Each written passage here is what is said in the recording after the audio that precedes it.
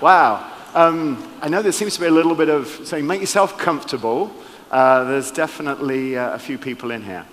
Hi, my name's Dave. I am product owner and CEO of Scrum.org, based in Boston, Massachusetts.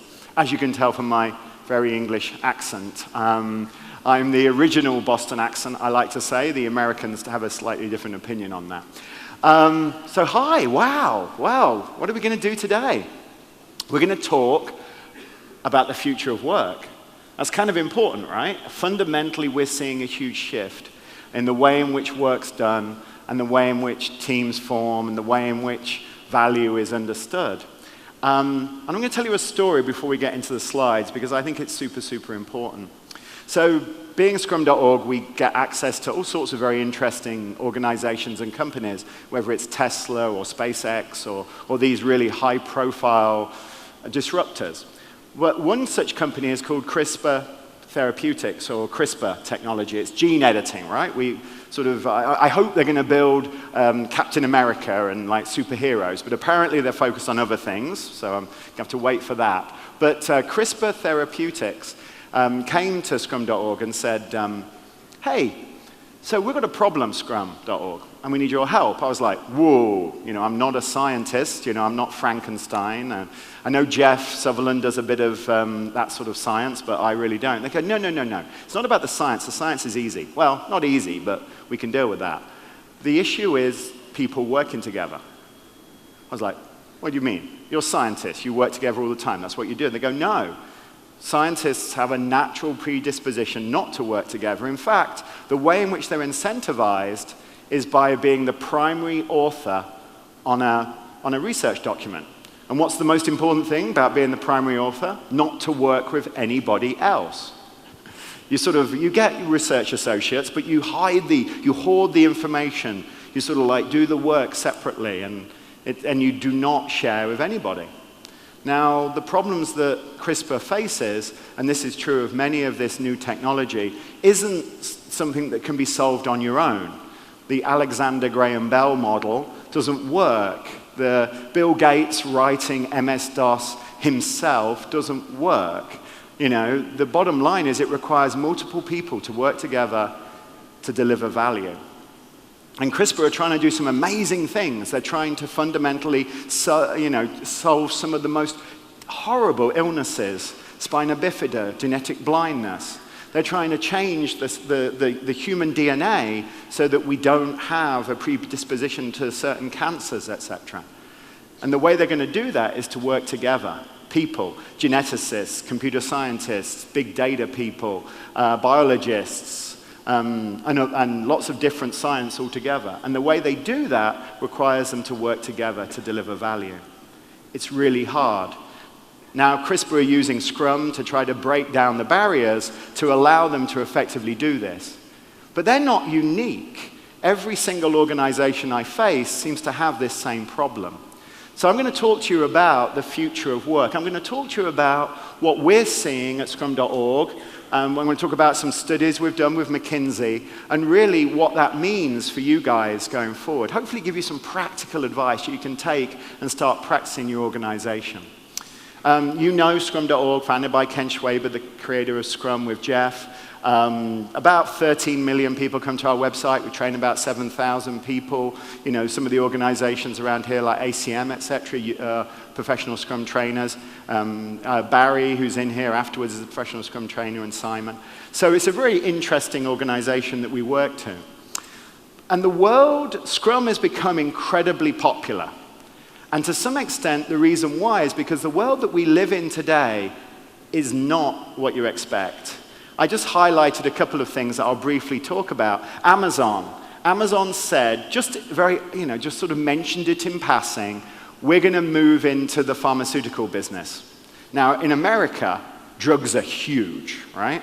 They take over, in America, it's the only country I've ever lived where every other advert on TV is to something unpronounceable that will deal with an itch you have, or a rash, or make you look younger or taller. So that's America. So the drug business is huge in America. Amazon said they were going to move into the drug business, and the shares of CVS and Walgreens, which are big distributors in the US, dropped 20%, 30%. GE, we all see that, the demise of Jeff Immelt.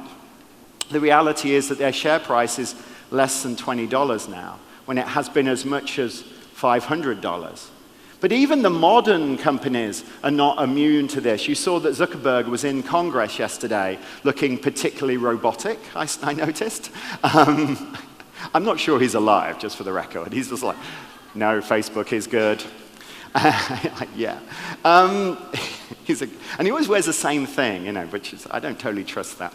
But the point is, that they, Elizabeth Warren, a potential presidential candidate, maybe, is saying we should break up big tech.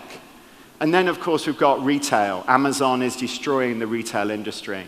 Sears is closing everywhere this past year. We live in changing times. There's a really good book by a guy called Thomas Friedman. He wrote a book called The World is Flat. He also wrote another interesting book called That Used to Be Us, which is actually about the demise of the American education system. Super interesting about this topic that we're talking about now. But he talks about three things: the market.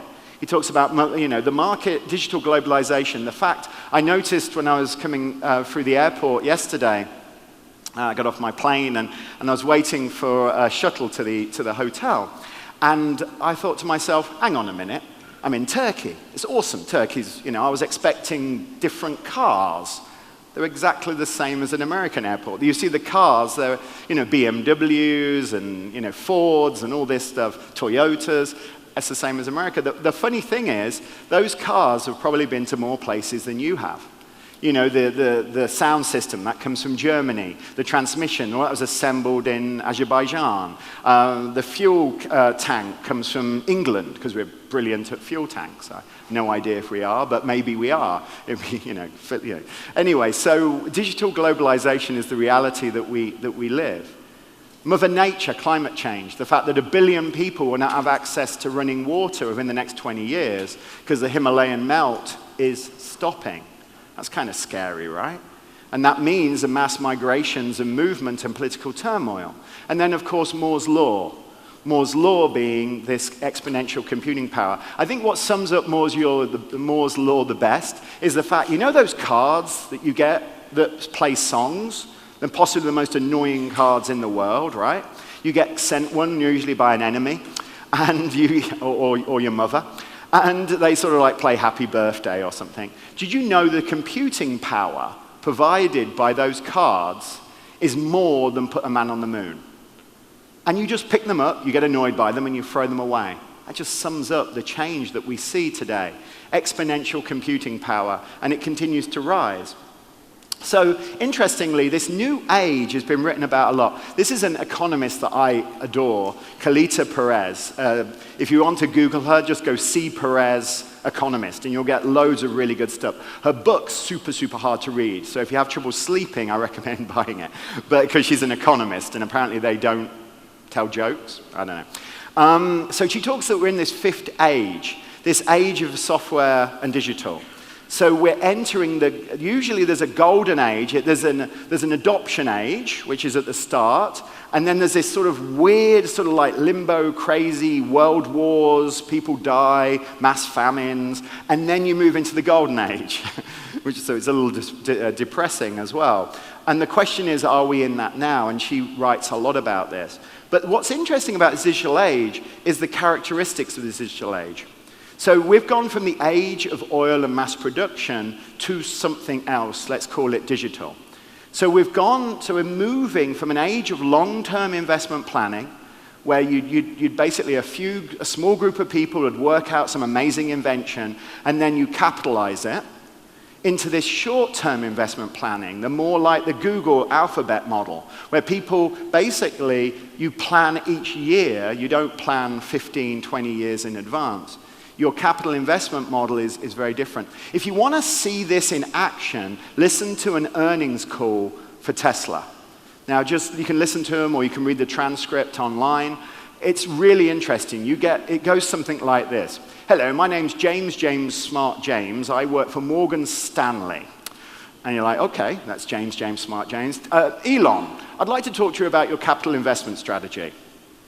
And he goes, okay, Elon says. He goes, so we're looking at a 10 to 15-year horizon when your CapEx will convert into OpEx, and they go on about that. Elon always responds with, you know, James, I don't actually know what is going to happen in 5 years. And that really flummoxes these bankers. He goes, we're running experiments, we're trying stuff, we're learning continuously, and we adapt based on the needs of the market and the situation. Our strategy is adaptation. And yes, we do have to do some vast capital investments like the Gigafactory, but ultimately how that investment is going to operationalize over time is a bit of an unknown. And of course, the bankers don't like it. Makes them sort of get very upset. Perhaps the funniest example was when SpaceX was launching. So SpaceX were launching their Heavy Falcon rocket, and Elon was talking to a reporter, YouTube, like a normal person who was doing a YouTube thing. And she is interviewing him about it. She goes, Elon, you know, you must be really excited and nervous. I hear, you know, how likely is it that it would launch? And he goes, 50-50, it could blow up. And she's like, and they're standing near the rocket, so she's like, it could blow up. You can see her sort of move a little bit. She goes, well, isn't that really worrying? He goes, no, it's just life. He goes, we don't know what we don't know until we know we don't know it. I was like, okay. So then they interview her after a successful launch, and she goes to him, you must be super happy. He goes, we'd have probably learned more if it had blown up. And I'm like, oh, well, that's an interesting strategy. So short-term, long-term, a difference in philosophy. That doesn't mean we can't have dreams. That doesn't mean we can't have a true north, but we need to capitalize it and manage it in a different way. Short-term profit over long-term profit. You know, the bottom line is the city today is very maniacally focused on quarterly earnings, to such an extent that they'll destroy a company. I mean, Tesla announced a profit yesterday, right, last night. And their stock jumps up. They announce a loss, it jumps down. It's like this cycle of mess. Efficiency over innovation opportunity, specialization of labor over cross-functional teams, process control over self-organization and decentralization. The last one is perhaps the most interesting, the rise of the creator. Ultimately, we now have to build organizations that have single human beings, teams of human beings are empowered to actually deliver value very quickly to customers, to the market, to their supply chain. It's all about creators, and we build organizations around that. Self-organizing teams enable that. Cross-functional teams provide the skills necessary to do that. And of course, it's all about delivering innovation and opportunity. The rise of the creator. We're moving from a scarcity model, which the industrial age is predominantly focused on, to one of abundance. I have a website that 13, 14 million people go to every year. It's running on AWS for $1,500 a month. How brilliant is that? I can write a blog and it's instantly seen by everybody in the world. Of course, that also means when we write blogs, we have to think about that and go, ooh, maybe I don't want to be rude about the Welsh or something, and not that I would be, but you know what I mean. Maybe we need to be a little bit more thoughtful because of this power that we have. So we live in a world of opportunity. And that's leading us to thinking about organizations and ways of working in a different way. We're moving from a factory metaphor to something else. Now, the best analogy that I use to replace the factory is this idea of organisms, or this physical organism kind of model, this sort of like environmental like sort of thing. The fact that we're building these little organisms relatively rapidly and they succeed or they fail, they grow or they die. And that's the kind of model, sort of the model or the metaphor that sort of makes the most sense. And of course, huge implications as to the way of working, right? Massive implications to the way that we work. And these are just some of the papers that have been written about it, the future of jobs. The New York Times did this huge summit where everybody came along, and they were discussing the agile workforce. They mean agile slightly different to what we mean agile. They were talking about the gig economy, is Uber the future, They were talking about those things. the Business Week did a very interesting article, and then, of course, The Economist did this very, very boring magazine on all about the future of work. The bottom line is it's changing. And I picked two sort of sets of ideas around this fundamental change. One's from Davos, the World Economic Forum, where a bunch of, sort of very smart people meet some government leaders. Not that they're not, So I didn't mean that that's not an intersection between smart people and government leaders. But you got these people like Bill Gates and those people, Zuckerberg goes, I hear, and they meet the leaders of the world, and they talk about the future and how do we create this prosperous environment. Anyway, this is from Davos, and then the other thing is this Singularity University, which is a little bit like a new age camp. They smoke obviously a lot of cannabis, and they, have pipes, and they go, really, man? But they're sort of on the extreme of the singularity. They believe ultimately that we're all going to be downloaded to a computer, and that's going to be the end of it. No, they don't totally believe that, but it's definitely part of their mantra. However, these are two very interesting perspectives. When it looks at Davos, they talk about complex problem solving, critical thinking, creativity, people-oriented, coordination, so working in groups to work together, EQ, emotional intelligence, judgment, decision-making, pushing that down to people to make decisions, the idea of service orientation, negotiation, cognitive flexibility. The bottom line is the skills that you learn today will be out of date in 5 years.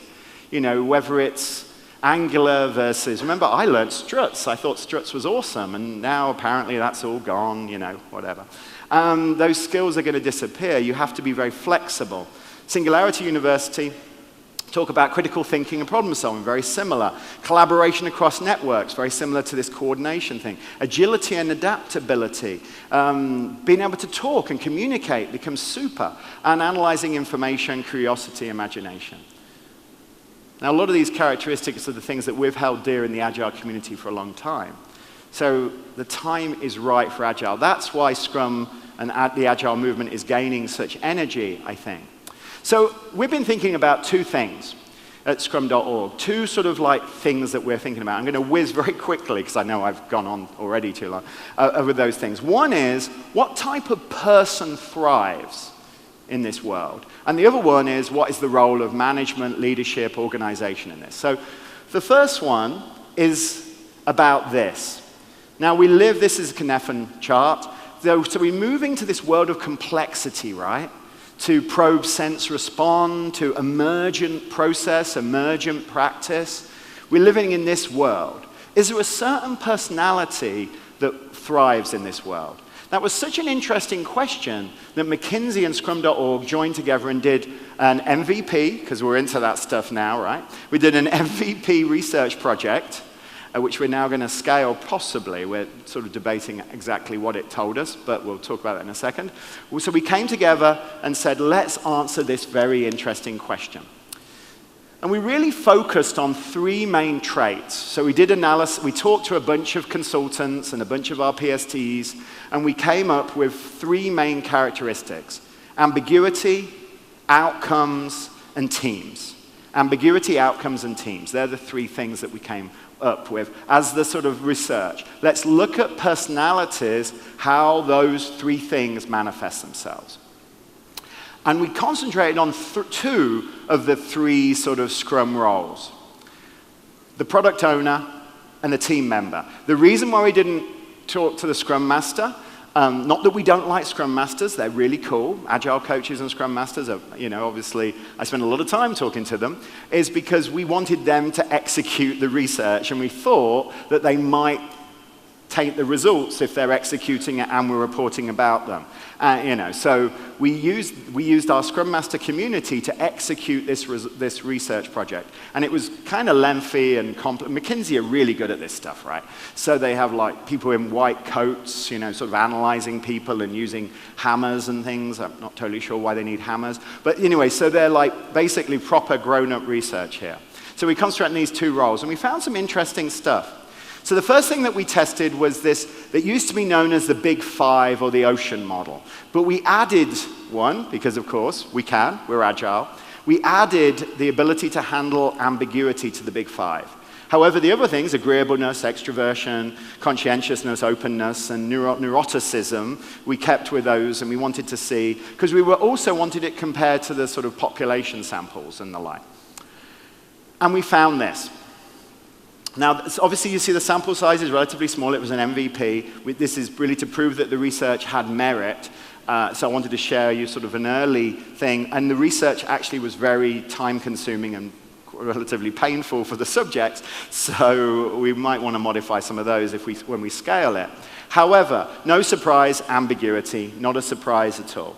What was more a surprise was agreeableness. Agreeableness. Now, though I have an English accent, and my favorite football team is Leicester City, the mighty Foxes, go Foxes, I actually live in America. For 20 years, I have an American wife. I hate to say I have American kids. You know, all that sort of, I'm like, God, they've got American accents. How did that happen?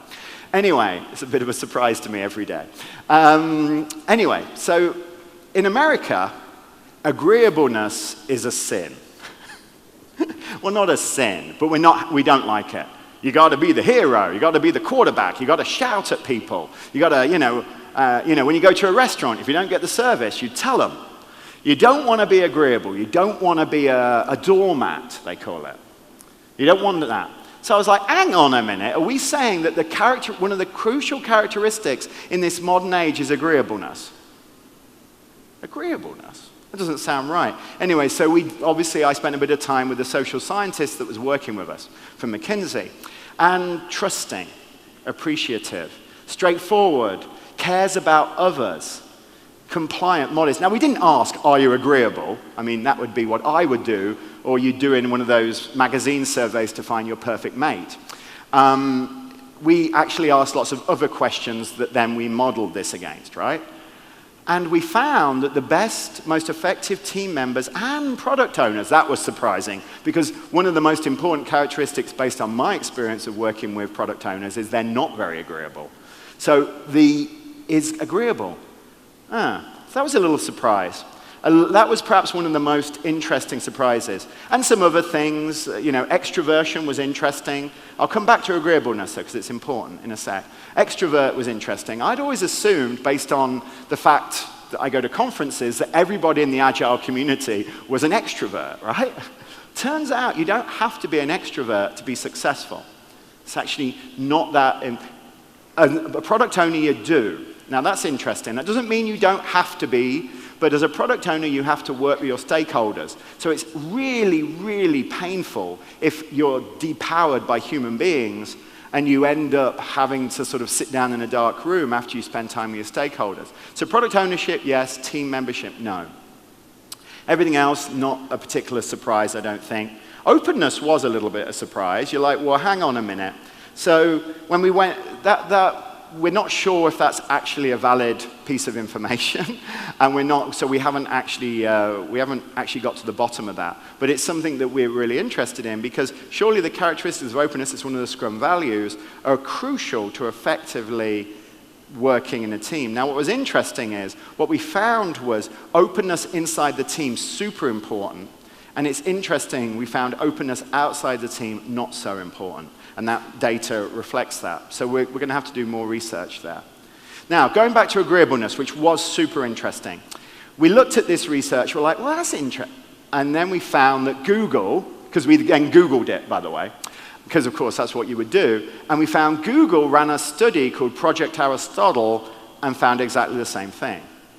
So I was like, oh, bugger.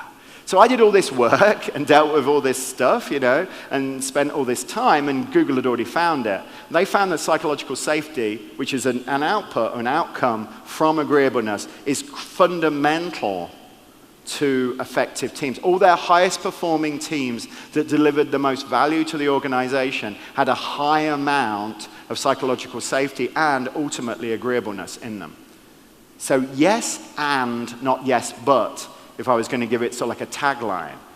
How many times has somebody said to you something, like, hey, we should do this, X, X, Y, Y, we should do these things. And you go, yeah, but how many times have you done that?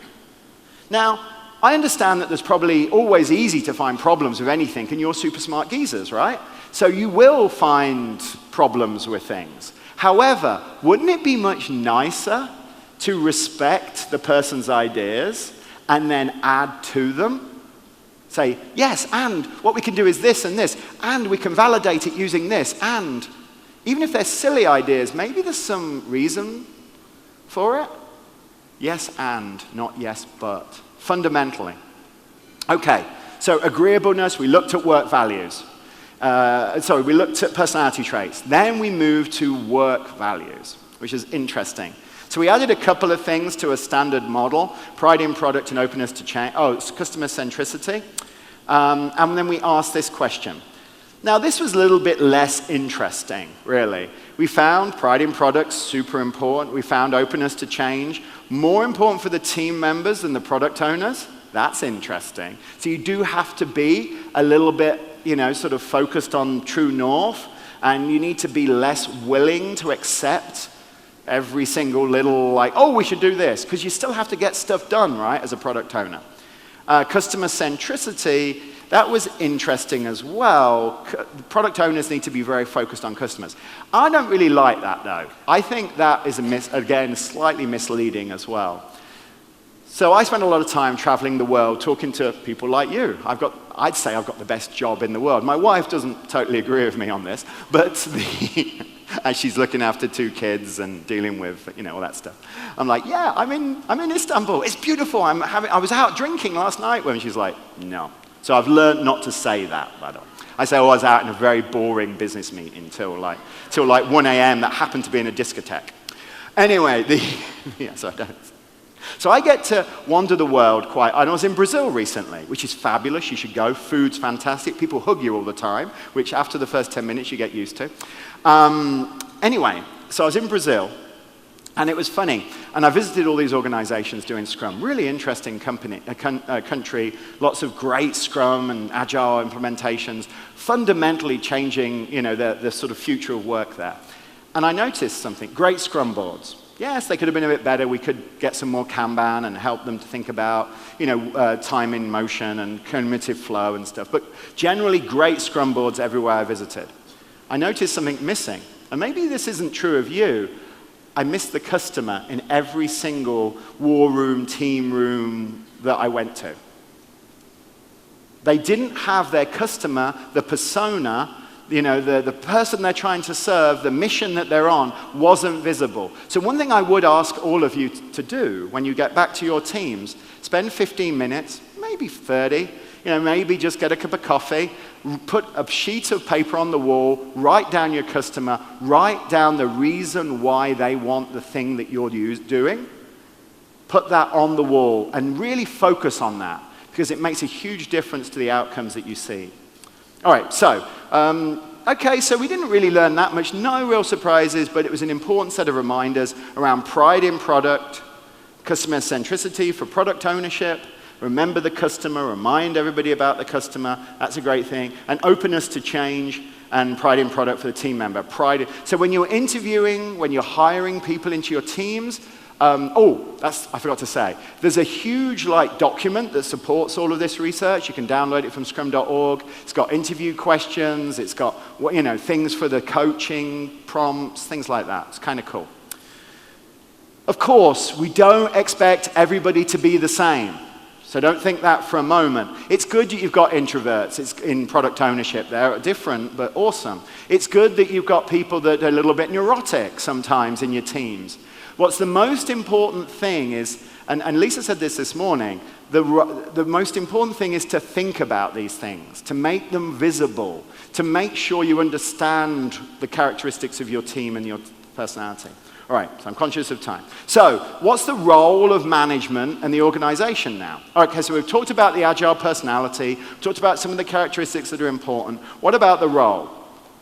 This is a really long quote, but I'm just going to read it to you. After spending many years on the job, working long hours and mastering every strange, unusual nuance of the systems, you are promoted to a management position.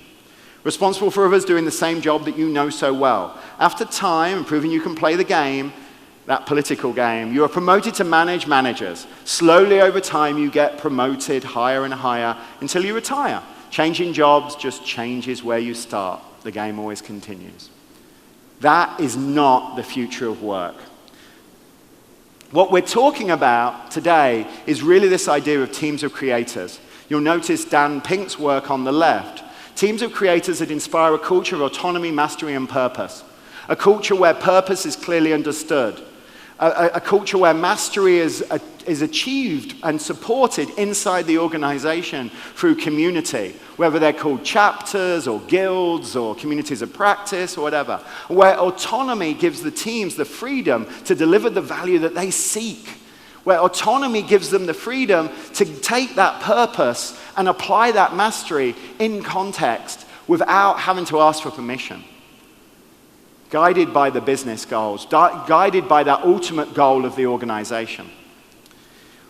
We're talking about organizations that promote this concept of a tea, pie, comb, give it whatever name you want, kind of model, where everybody has a clear understanding of the mission and customer. Yes, some people have more specialist knowledge, and some people have a more natural affinity, but everybody knows why they're there and the context that they're in. And then they augment that by specialist skills, right? Whether it's front-end development, whether that's database, whether it's back-end development. And over time, you extend those skills. And then by things like storming and the like pairing, you start sharing those skills. UX is a great example of this, where UX is a fantastic, important discipline. But you've not got enough UX designers. So your job as a UX designer is not to do the work, it's to help others do the work in the most effective way possible. So starting to build out these skills, starting to build these organizations that separate talent management from work management, that separate skills from work. Now, Spotify obviously is the most famous example of this, where the tribes and the squads used to be called Scrum teams back in the day, are focused on work, right? A particular part of the value stream. And then you have guilds and chapters supporting individuals in those squads and in those tribes to do that work. So you have the skills. You can be promoted by your contribution in a guild or a chapter. You'll be rewarded in terms of bonus because of the work that you deliver to the customer in terms of your tribe and your squad. It's an interesting model, right? Kind of a little bit different. It's very, very interesting. And I'd ask you all, of course, I can say this because I don't have to do it, which is the best job in the world. I'd ask you all to think about, who did you help last? Every day go into work thinking about, how can I help somebody else get a little bit better? If you're a developer or a Scrum Master, how can I help another Scrum Master in some way? How can I help a product owner? How can I help the leadership in the organization get a little bit better? Because the way you scale Agile in organizations isn't process frameworks. They're cool, yeah. Obviously, Nexus is fabulous. I recommend you buy the book. But it isn't the process frameworks. It's really, am I still on? Oh, yeah. It's actually people. That's how you do it. Helping others understand the problems they seek, people, is at the heart of scaling. And we need to build organizations around that. We need to build a skill-based community to effectively manage that. You need to help create communities of practice or guilds or chapters. The best way of getting management to agree to this is just get the Spotify model out, because everybody's like, oh, I want to be cool, like Spotify. And it's much easier than having to debate whether you care about people. Of course you do, and where HR fits. Just say, hey, if we introduce this means that we have an active community supporting people in their teams delivering value. And we help them and we give them some money, and that's more than just lunch and learns, that's more than Pizza Fridays, it's actually training and skills and access to things like Pluralsight and profiles and trying to build the competencies and the skills, trying to really put some meat behind this. And if you do that, then you start actually helping people get mastery. If the organization has clear purpose, then that's cool, and then you use Scrum for the autonomy. So you combine these things to build this future kind of organization. So what is the role of leadership then? And this is an interesting question. And Lisa had a definition this morning, but I'm going to sort of add a little bit of a context. We're flipping organizations. Historically, people served people that served people that served people. It was this sort of hierarchy. And that works really well in an industrial paradigm, right? It works really well when you're building widgets, where 2 people, 5 people, 100 people develop something, and then 1 million people turn it into a product. However, we live in a world of variability and change, where the most important single set of people are the people that are directly building the thing or creating the thing that is connected to the customer. That means that everybody's job is to serve those people. That's kind of scary, right? That means that now, as a CEO, by the way, I'm not totally bought into this model. As a CEO of Scrum.org, it means, actually, I'm not the most important person in the room. I am often the tallest, though, which is good.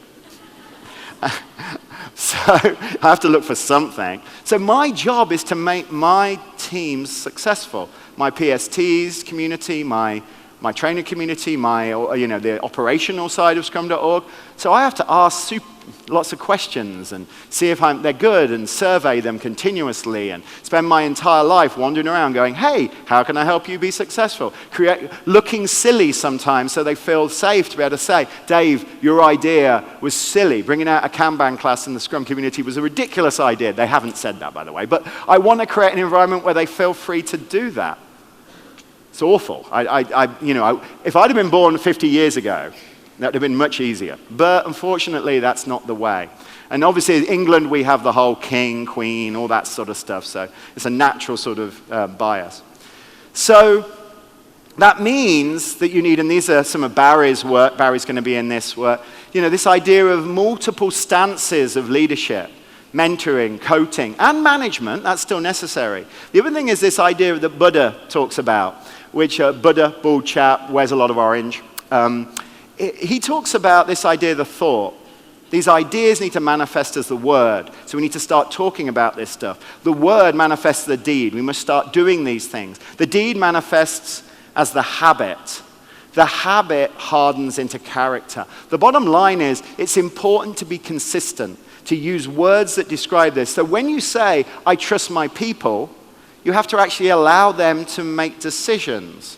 If you allow them to make decisions, you need to make that a habit that everybody is allowing them to make decisions, and then that'll help them become more able to take advantage of this world that we're talking about.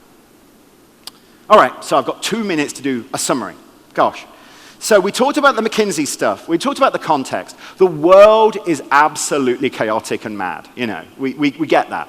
We've got Brexit, we've got Trump, it's just crazy. The world is, we've got Tesla making money. The world is just insane. I don't totally know. We've got summer in England. It hasn't rained in July. I was like, this is just weird.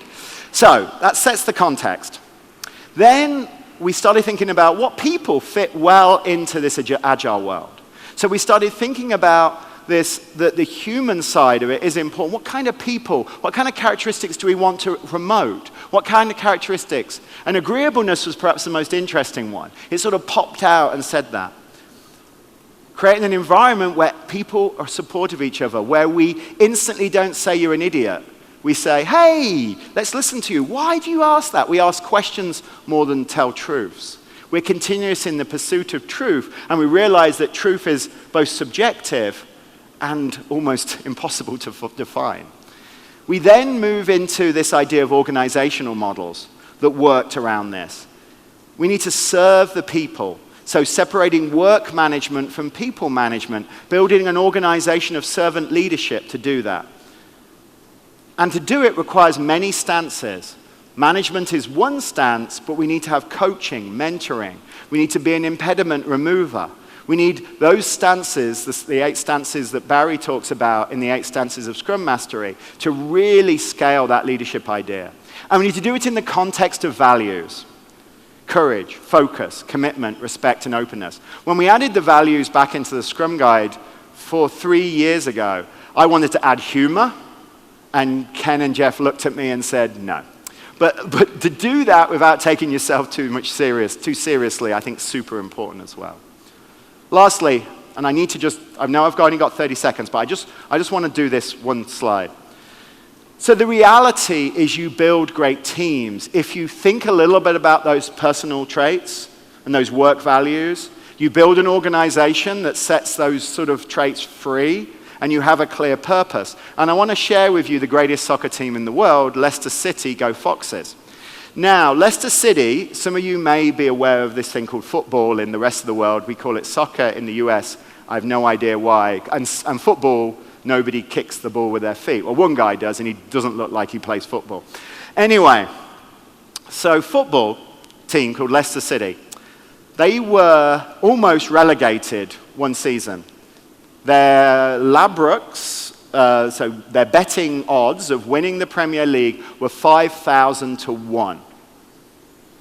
They won the Premier League. And they did it in a unique way. They did it by building a team, by basically creating a culture of team, by having a clear focus on the target, by everybody caring about each other. They did it with a frontline cost of £23 million compared to Man United that same season, whose frontline cost was £195 million, almost £200 million. Working in a complex world requires great teams directed by inspirational product owners with a clear vision of what they're trying to achieve. The ultimate success of the organization is combining those into an effort that delivers value and changes the world. You have the opportunity to do that. The future of work is scary, particularly if you want to be an anointed leader and get praised all the time, because it's different, but it's also incredibly rewarding and exciting. That's what I wanted to talk to you about. I wanted to share some of this research. Please go to scrum.org. There's a lot more stuff behind it. And hopefully that provided some context for some of the sessions you're going to go into later today. Thank you for your time. My time is up. Have a fantastic conference. I'll be here the whole day. Come and talk to me, and we can talk about Leicester City or other more boring topics. And have a great time. Thank you for your attention, and thank you for coming.